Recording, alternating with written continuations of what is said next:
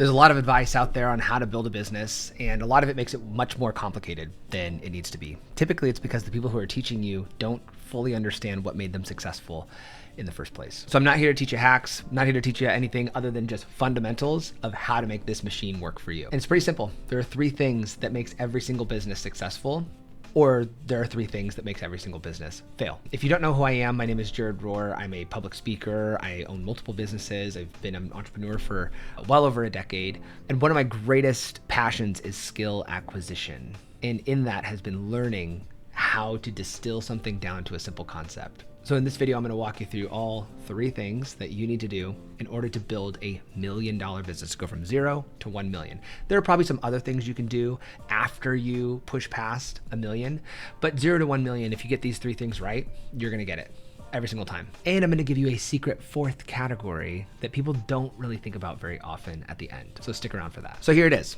If you are going into business, you need to get an A+ in 3 classes. You need to get an A+ in marketing.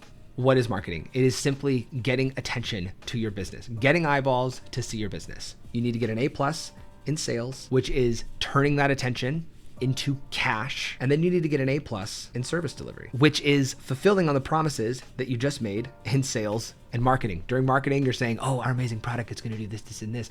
And then in sales, you're like, oh my gosh, if you buy our product, it's going to do this, this, and this for your life. You're telling them all this stuff. Service is where you back that up and actually do the thing that you just said that you would do. So I'm going to break down each category really quick for you and what you need in order to thrive, as well as a little secret fourth category at the very end. First, let's talk about marketing. How do you get an A+ in marketing?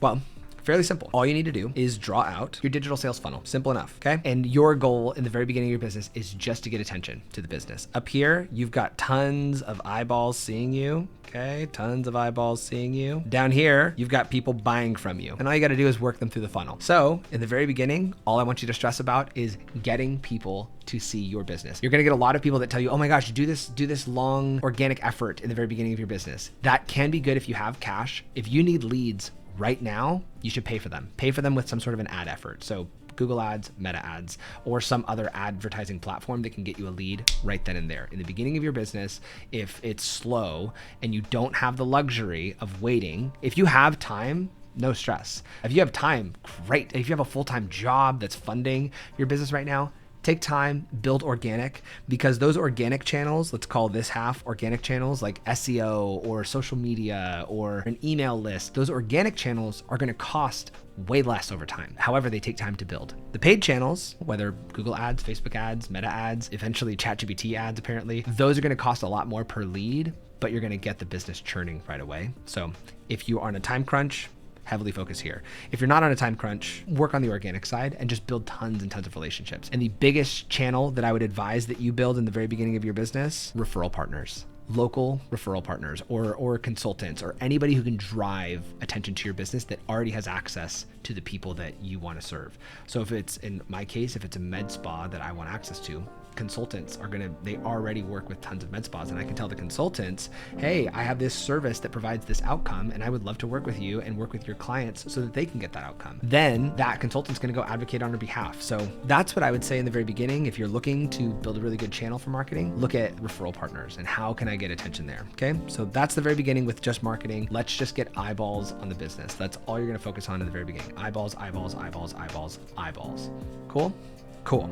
Next, let's go to sales. Sales is going to be your ability to take those eyeballs and have a conversation with them about your product and hopefully sell them on whatever your product is. Okay. So that first stage, let's call it to showcase. That second stage, let's call it convert. Okay. So you're going to try to sell them on whatever that product is. How do you get them there? You're going to get them there through what's called a lead magnet. Whether that is an offer, whether that is a free PDF, whatever it is, you're gonna get them to give you their contact information. So your first goal is get the eyeballs. Then your next goal is turn those eyeballs into contact information, okay? In this sales section, if you can turn it into contact information, you can call them, you can reach out to them, you can text them, whatever you're gonna do, but reach out to them and get them to buy the thing. Say, hey, you saw me here. Hey, you followed me. I'd love to have a conversation with you about your med spa or about your, whoever you serve. So that's the sales side. The sales side is to then turn that person into a actual paying customer. So SC and then A is acquire. Okay, so that's when you actually make the sale. So you get their contact information through that lead magnet, and then you actually close the sale in the acquisition stage. I'm realizing right now I did not, there we go. Let's add another stage down there because it's LE, there we go. Then we've got the L stage, which is labor, which is actually doing the service, okay? It's getting the service done. Now, here's the best way to think about your services. Let me just go ahead and toss this out of the way. Whenever you are building your business, I want you just to think in service lines, okay? So when somebody purchases, what happens next? They get an email, okay, great. And then what happens next? Then they get an onboarding form, okay, that they fill out, okay, great. Then what happens next? Then my team reaches out to them, okay, great. Then what happens next?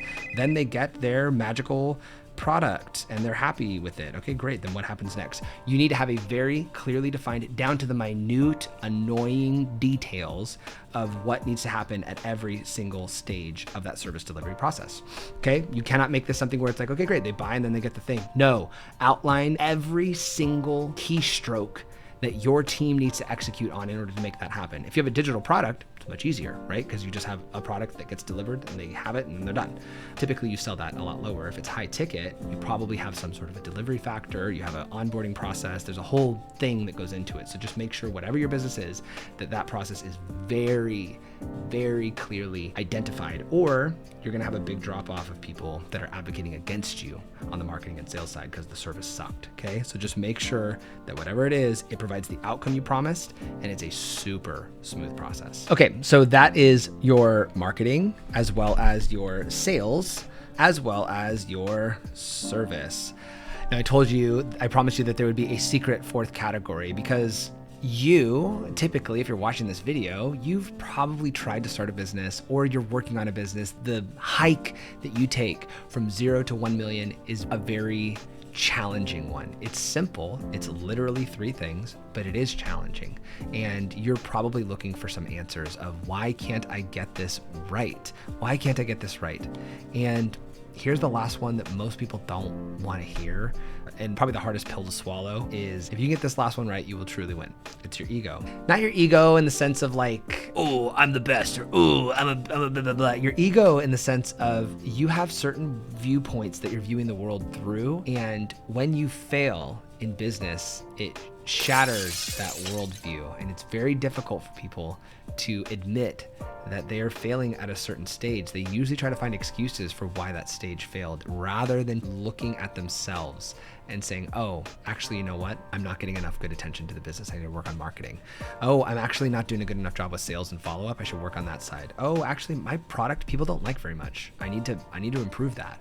The flow needs to be better. If you can't authentically and transparently look at yourself and be honest, you won't grow, unfortunately. The ego is typically the thing that subverts this entire process. This stuff is simple. I just outlined it for you and it's like, oh yeah, if I can outline how to build $1 million business in 13 minutes, then the outline itself, the framework, is probably not what's stopping you from winning, right?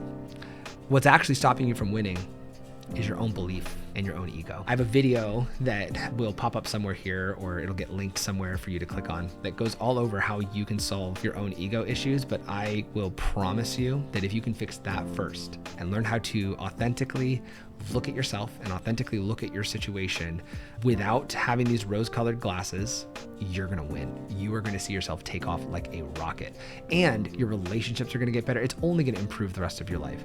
And you say, Jared, I'm not somebody with a big ego. Yes, you are. You know why? We all are. We all are. Everybody has a big ego. The only difference is between the people who know how to recognize it and address it versus the ones who don't even realize they have the problem. Jared, I don't have a big ego. Yes, you do. Yes, you do. Because I do. Because I do. And I have to address it every single day. And everybody has an ego that they have to address every single day. Whether it's a positive ego that says I'm better than everyone, or a negative ego that says I'm worse than everyone. One of those two. I don't struggle with the I'm worse than, I struggle with I'm better than. So I will inflate my marketing numbers and say, oh, we're doing so good at marketing. It's like, well, actually, are you? And then it's like, no, actually, you know what? I'm not. Or I'll say, oh, look, we're doing so good at sales. Actually, are you? No, I'm not. We should improve that process. Oh, our service is so good. Everyone loves it. Do they? Maybe they don't. Yeah, let's improve that. Your ego is the biggest thing. However, other people say, oh, I knew I would fail. Look at how bad my marketing is. I knew I would fail. Ugh, I knew we would fail. Nobody wants to buy from me because I'm a piece of crap. Ugh, I knew our service was terrible. I knew that I shouldn't have tried this.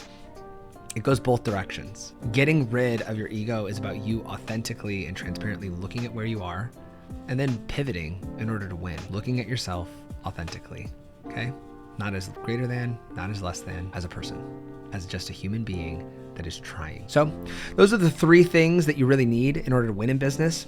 That's the 4th thing that's going to determine whether or not this whole thing actually works out for you. So if you like this video, I would love to hear your thoughts down below. I'd love for you to share it with somebody who you think, maybe if that person secretly is just making excuses for why they're failing, they're living somewhere down here in the ego thing where it's like, hey, you know everything you need to do to win. You just need to start looking at yourself authentically. Maybe send it to that person as well. So we'll see you in the next one. Thanks.